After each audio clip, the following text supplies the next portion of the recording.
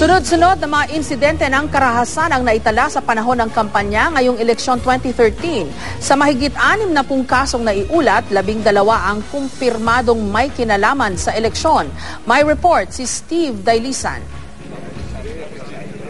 Enero ng tambangan si Makunakon Isabela Mayor Erlinda Domingo. Nakahandusay at wala ng buhay si Domingo nang datna ng mga pulis sa parking lot ng isang apartel sa panulukan ng Quezon Avenue at Examiner Road. Nag-check-in sila ng umaga, tapos nag-check out, tapos bumalik. After that, bumaba, may bumaril sa kanya.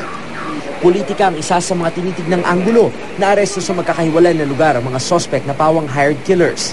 April naman ang tambangan ng convoy ni Hingoog Misamis Oriental Mayor Ruth Gingona.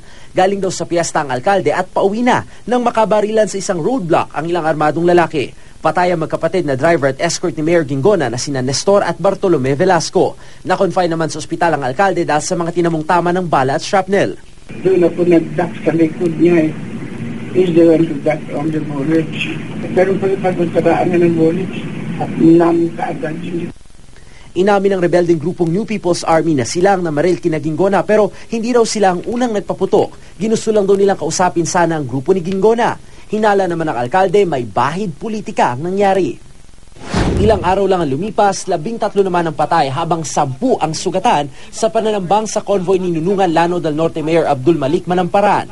Pauwi na raw ang grupo ng alkalde galing sa pangangampanya kasama ang mga volunteer at taga-suporta nang tambangan sila ng mga armadong lalaki. Malalapit na kamag-anak ang mga kalaban ko sa politika. So, hindi ko iisipin na magagawa nila na gawaan ako ng marahas. Sa ospital bumagsak ang alkalde habang nasawi sa pananambang ang anak niyang si Adnani Manamparan.